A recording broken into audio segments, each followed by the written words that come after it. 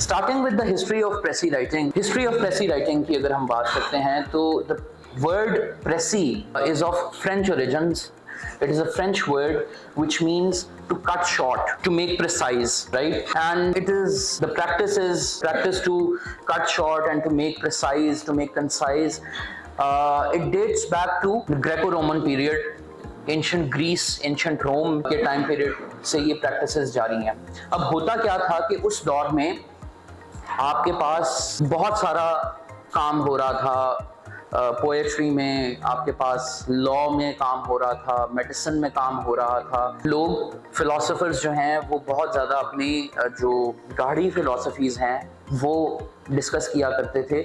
अब ये आम बंदे को समझ नहीं आ सकती, तो एक फिलोसोफर ने, लेट्स से प्लेटो ने एक बात कर दी। अब उस बात को जब उसने लोगों को, आम अवाम को पहुंचाना है तो उसको क्या करना पड़ेगा कि वो अपनी उस लंबी चौड़ी बात को थोड़ा प्रिसाइज करेगा और थोड़ा इजी टू अंडरस्टैंड करेगा। और इजी टू अंडरस्टैंड करके और प्रिसाइज करके जब हम कोई चीज़ लिखते हैं तो वो क्या है, वो प्रेसी है। फिर मिडीवल पीरियड में एकेडेमिया में इसकी डेवलपमेंट होती है, ख़ास तौर पे जब हम 18th और 19th सेंचुरी के ऊपर आते हैं तो वहाँ पे हमें प्रेसी राइटिंग नज़र आती है कि प्रेसी राइटिंग जो गवर्नमेंट के स्ट्रक्चर्स हैं, जो कॉलोनाइजर्स थे, यूरोपियन कॉलोनाइजर्स जिनमें फ्रेंच थे, डच थे, पोर्चुगीज़ थे, ब्रिटिश थे, ये सब जब अपने गवर्नमेंट के स्ट्रक्चर्स बनाते हैं और ब्यूरोक्रेटिक मॉडल्स बनाते हैं तो ब्यूरोक्रेसी जितनी भी है आपकी, वो सिलेक्ट करने के लिए उसे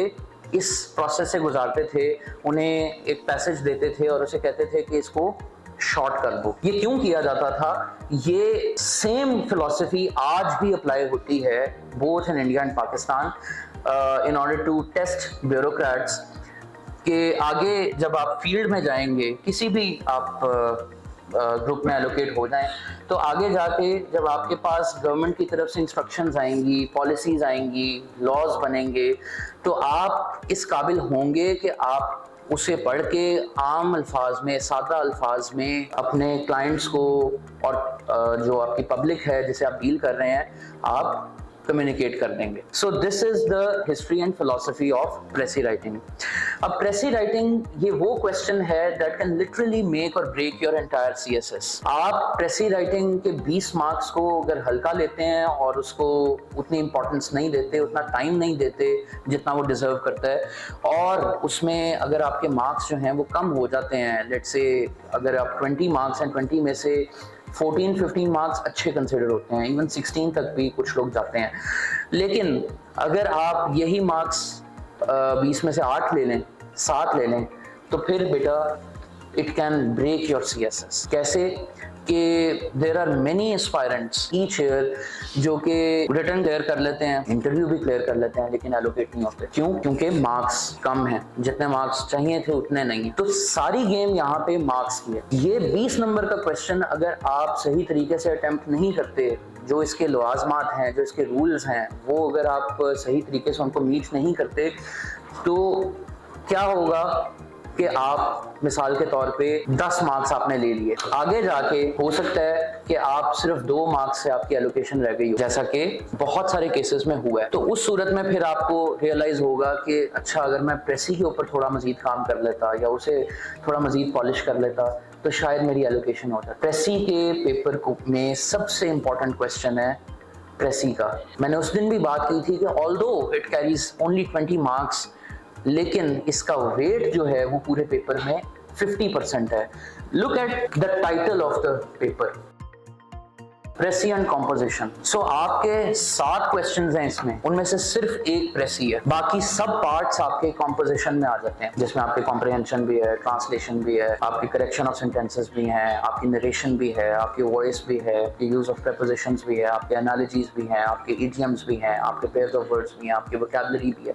ये सब कुछ आपका कॉम्पोजिशन में आ जाता है और प्रेसी एक अकेला क्वेश्चन है। लेकिन फिर भी सिर्फ प्रेसी के क्वेश्चन को वो एक अलग से पार्ट बना रहा है और कॉम्पोजिशन बाकी 6 क्वेश्चंस को वो अलग पार्ट बना रहा है। लिहाजा यहां से ही आपको क्लैरिफाई हो जाना चाहिए कि how important the question is in the paper. Precis का क्वेश्चन आपकी क्रिटिकल स्किल्स को, आपकी क्रिटिकल एबिलिटीज को टेस्ट करता है कि आप कितने अच्छे तरीके से कॉम्प्रिहेंड कर सकते हैं, कितने अच्छे तरीके से समराइज कर सकते हैं और कितने अच्छे तरीके से अपनी इंफॉर्मेशन को कन्वे कर सकते हैं। अब प्रेसी राइटिंग में बेटा कुछ स्टेप्स हैं। वो स्टेप्स क्या हैं? सबसे पहले जैसे हमने बात की कि precis is the most important question in your exam, तो सबसे इंपॉर्टेंट क्वेश्चन को सबसे ज्यादा टाइम रिक्वायर्ड है। आप अपने 2.5 घंटे में से 45 to 60 मिनट्स ये आप अपने प्रेसी को लाजमी दें। 4 से 7 रीडिंग जो है वो आपकी स्लो रीडिंग होगी, जिसमें आप रुक रुक के इंफॉर्मेशन एक्सट्रैक्ट करेंगे और एसेंशियल डिटेल्स को आइडेंटिफाई करेंगे कि इसमें एसेंशियल डिटेल क्या है। फिर आप नॉन एसेंशियल डिटेल को आइडेंटिफाई करेंगे और उसे काट देंगे। अब वो एसेंशियल क्या है, नॉन एसेंशियल क्या है, उसको भी आगे देखते हैं। फिर इसमें अगला जो स्टेप आता है कि जब आपने सारी एसेंशियल डिटेल्स को हाईलाइट कर लिया, अब आपने क्या करना है कि बुलेट पॉइंट्स आप अपने जाएंगे, जो आपका आंसर बुक है उसके बैक साइड पे उसके ऊपर हेडिंग देंगे rough work. This is important. Rough work की हेडिंग देना बहुत जरूरी, अदरवाइज वो आपके पेपर में शुमार हो जाएगा, ठीक है ना।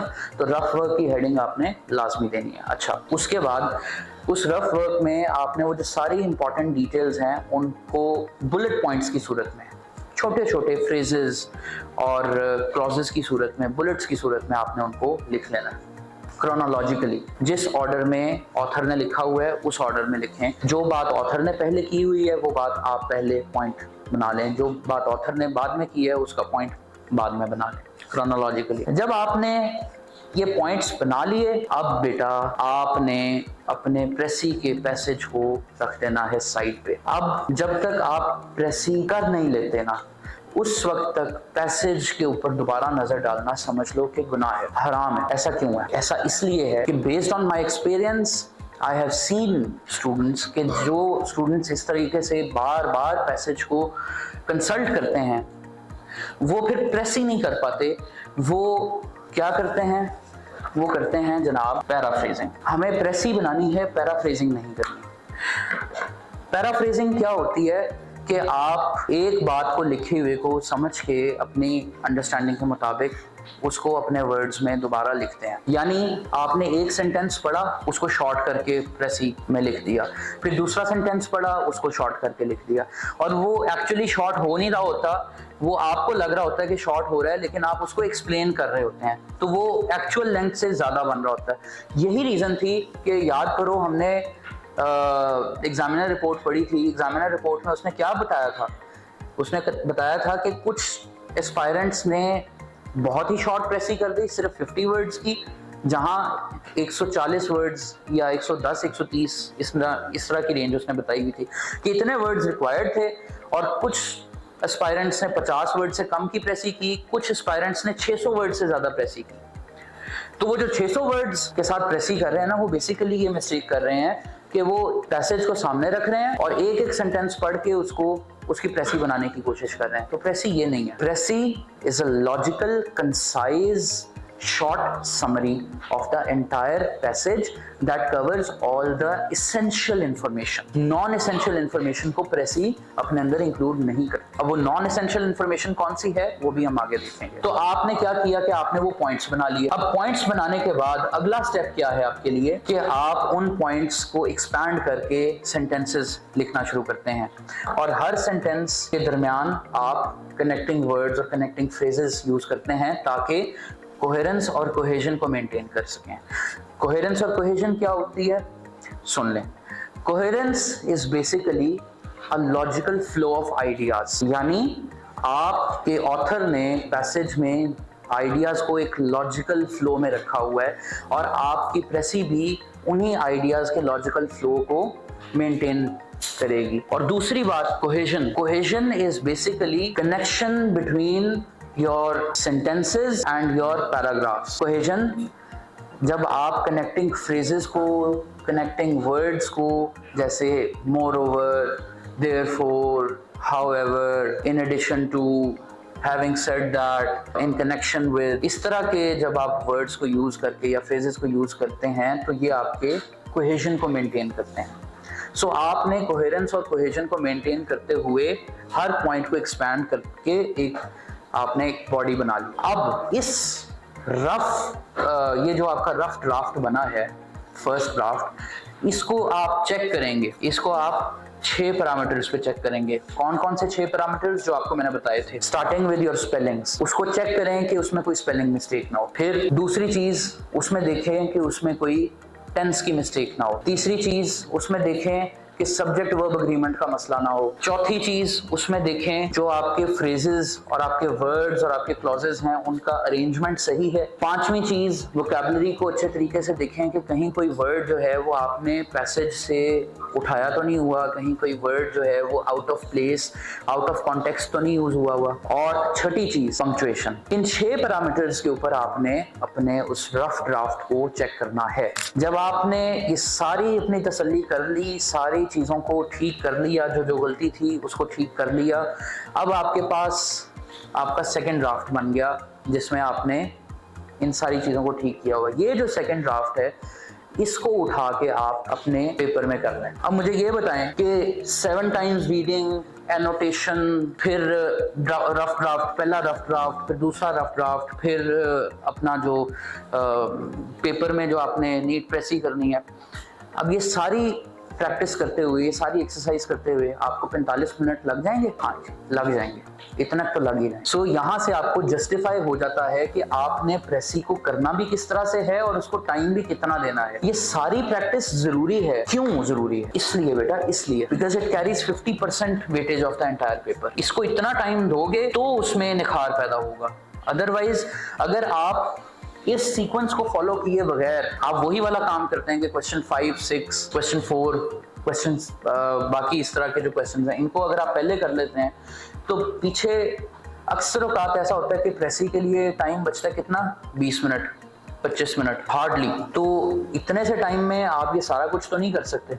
तो फिर जो आप प्रेसी बनाएंगे क्या वो ठीक होगी? नहीं। सो ये आपके स्टेप्स थे प्रेसी राइटिंग। अब सवाल ये उठता है कि 7 टाइम्स हमने रीडिंग तो करनी है, उसमें मैंने आपको मोटी मोटी बात भी बता दी कि आपने एक स्लो रीडिंग करनी है, फिर एक नॉर्मल पेस पे रीडिंग करनी है, लेकिन इसमें बेटा 4 स्टेप्स इन्वॉल्व हैं जब आप रीडिंग की बात करते हैं। अच्छा, अब ये रीडिंग जो है वो आपके प्रेसी के पैसेज की भी होगी और जाहिर है कि कॉम्प्रिहेंशन के पैसेज की भी होगी। सो दोनों किस्म की रीडिंग जो आपने करनी है उसमें यही 3-4 स्टेप्स इन्वॉल्व होंगे। पहला स्टेप क्या है कि आप एक्टिव रीडिंग करें। एक्टिव रीडिंग से मुराद ये है कि जब आपने 7 टाइम्स पढ़ लिया है तो अब आप 5वीं या 6ठी दफ़ा जो रीडिंग कर रहे हैं उसमें आप खुद से सवाल करें कि यहाँ पे ऑथर का क्या मतलब था और फिर प्रिडिक्ट करें कि आगे वो किस तरह से चल रहा होगा, अगली बात उसने क्या की होगी। ये आपकी एक्टिव रीडिंग, यानी आप अपना पूरा कंसंट्रेशन, पूरी अटेंशन जो है वो पैसेज की तरफ देंगे। उसके बाद आप पर्पस को आइडेंटिफाई करेंगे कि पैसेज जो मेरे पास आया हुआ है उसका पर्पस क्या है बेसिकली, वो क्यों लिखा गया होगा। क्या ये पैसेज इन्फॉर्म करने के लिए लिखा गया है, क्या ये पैसेज आर्ग्यू करने के लिए लिखा गया है, या ये पैसेज सिर्फ एक नरेशन दे रहा है, क्या कर रहा है ये पैसेज। फिर अगर उस पैसेज में एक से ज्यादा पैराग्राफ्स हैं तो आप हर पैराग्राफ को इंडिविजुअली ब्रेक करेंगे और उसके इंडिविजुअल कंपोनेंट्स को देखेंगे कि अच्छा इस पैराग्राफ में क्या बात की गई है, पैराग्राफ 1 में कौन से इंपॉर्टेंट पॉइंट्स हैं, पैराग्राफ 2 में कौन से इंपॉर्टेंट पॉइंट्स हैं। और 4th चीज इसमें है वेरी इंपॉर्टेंट कि ट्रांजिशंस को हाईलाइट करें कि ऑथर ने जो ट्रांजिशंस ली हुई हैं, यानी कोहेजन के लिए उसने जो वर्ड्स इस्तेमाल किए हुए हैं वो क्या हैं, वो क्यों इस्तेमाल हुए हैं और वो आगे आपको लॉजिकली किस तरीके से इन्फॉर्म कर रहे हैं।